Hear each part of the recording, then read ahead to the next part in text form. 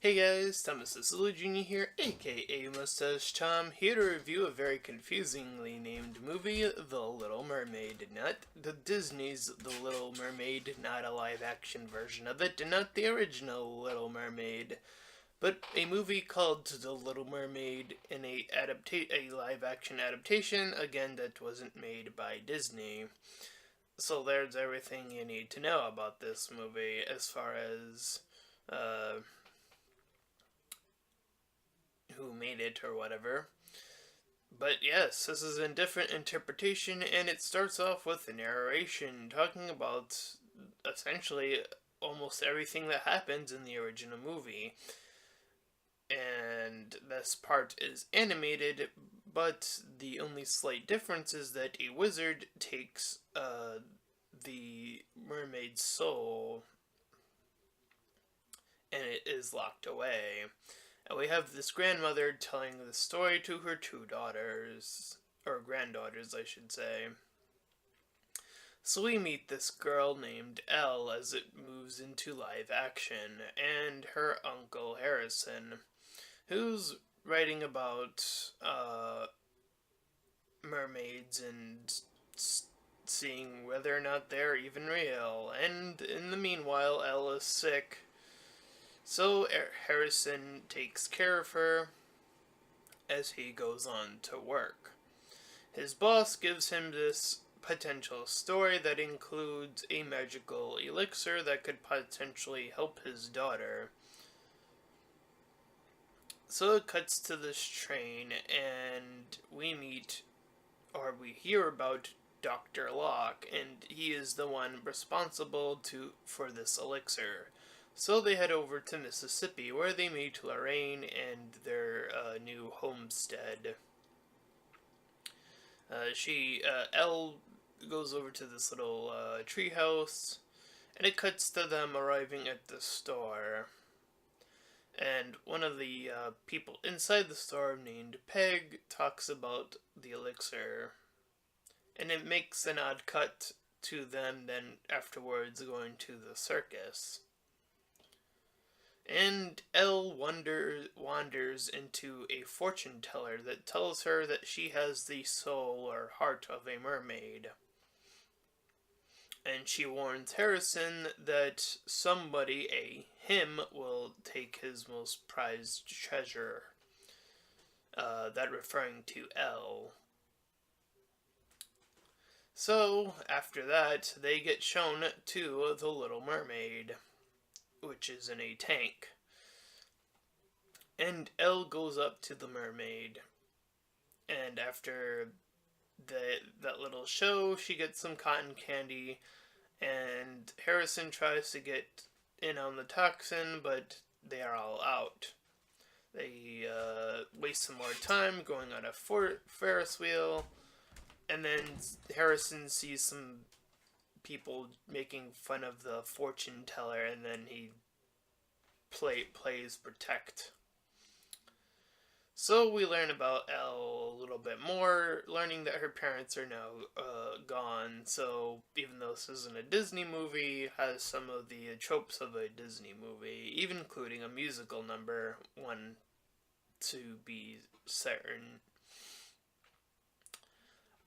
Anyways, Harrison starts to interview more people about this elixir, and hears several types of stories and starts to think that it's a hoax. He then attempts to talk to Mr. Locke, but gets no information out of him. So, we see that Locke is warning the mermaid and this other character, the Wolfman, who we'll get to see a little bit later on. So we cut back to Harrison, who's making his way into the circus when it's closed, and he treats an elephant or just hangs out with it for a bit. But then he overhears Locke talking about a girl, and he kind of gets suspicious of all that going on. After that, seeing all that, seeing the locket, he hears the mermaid, and again he hears her sing her little featured song of the movie. So, anyways, Harrison kind of bumps in and then gets out when the song is done. But Locke comes in and tells him to leave, so he does. And the fortune teller also tells him to leave at this moment. So we cut to Harrison going with Elle on a boat, and they see the mermaid walking on 2 feet. And she explains when the tide is a certain way, this is allowed to occur. And she talks to them some more. So they look up to the moon, and she's indulging in it. And she kind of talks about to Harrison trying to fit in a moral, if the whole "if you don't look, then how do you see" sort of moral, and kind of goes on about that for a bit. So Harrison holds the mermaid's hand, and they almost kiss, but they get cut off. So she runs and jumps into the water, where she turns back into a mermaid, and he follows her. And she tells him that Locke has her soul. Harrison returns to see that Elle is gone, and that Elle was captured. So we see that Locke wants to remove this mermaid now that he has Elle. And he promises Elle that she can have anything as long as she sticks around. So the fortune teller helps out Harrison when he returns. And Harrison, in the process, takes the soul. And the fortune teller is able to, and I kid you not, stop time. So I'm not sure why she wouldn't have done that sooner.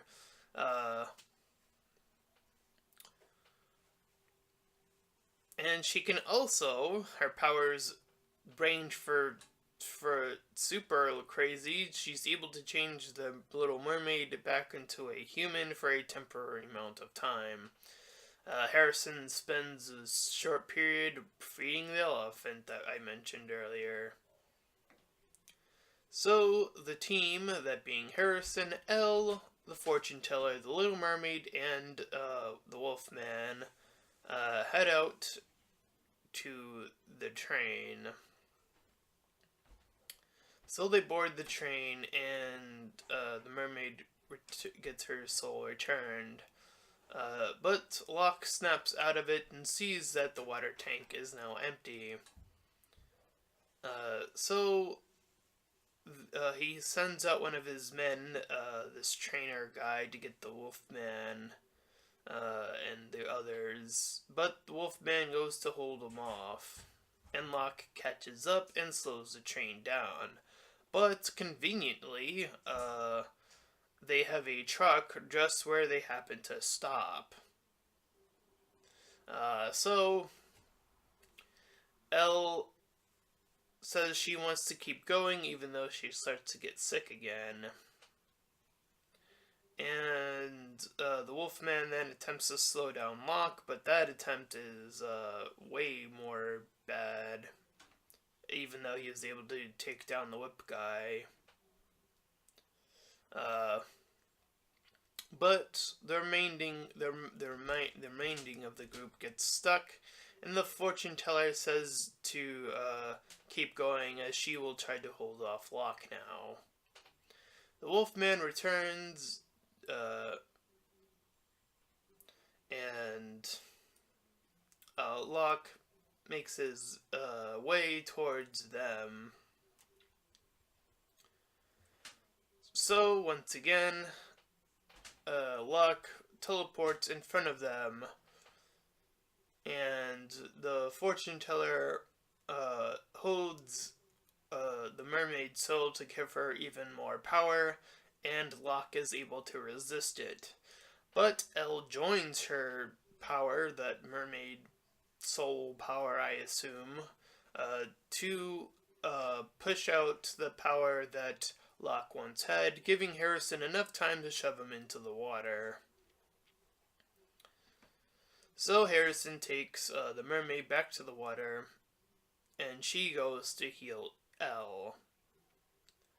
And then they say their goodbye to the mermaid as they share a kiss, that being Harrison and the mermaid. And Harrison writes his story about the Little Mermaid in Mississippi. We then cut back to the grandma, who says that she requires water, and we hear her coughing, so we can instantly recognize that she is Elle, telling her story to the grandkids, and now she needs to go get the water, and she does that. And the movie ends. So this is a bizarre little thing. This is not the classic story, obviously, of the Little Mermaid. This is an after story with a character or with a different name. The Little Mermaid's name in the story, by the way, was Elizabeth. And there are a lot of little odd cuts and, pretty general acting here. It's just, and,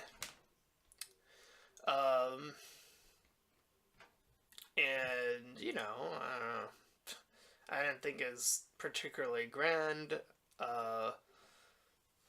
Definitely felt like they were just rushing through this story. I mean, the way the characters end up falling in love, that being Harrison and the mermaid, definitely seems like one of the more rushed things in the movie. We don't really get to know much about Elle other than that she has a mermaid heart, and that she's kind of easily excited. I suppose that's the only things we get to know about her. Locke just wants the power of the mermaid because I guess he already had it from under the water. I'm not sure what he was trying to obtain with that power, but whatever. Yeah, there's some things that this movie clearly leaves out. So, I'd give it either a 4 or a 5 out of 10. I think that there's a lot to be desired here. I don't mind seeing a different interpretation of a movie. It's a live action adaptation, and I say that very loosely, of after the fact, which is why I find it a little bit weird that they just called it The Little Mermaid, not The Little Mermaid and whatever, something to add, like, oh, but this is clearly a continuation story. I think that would have helped it slightly in that regard.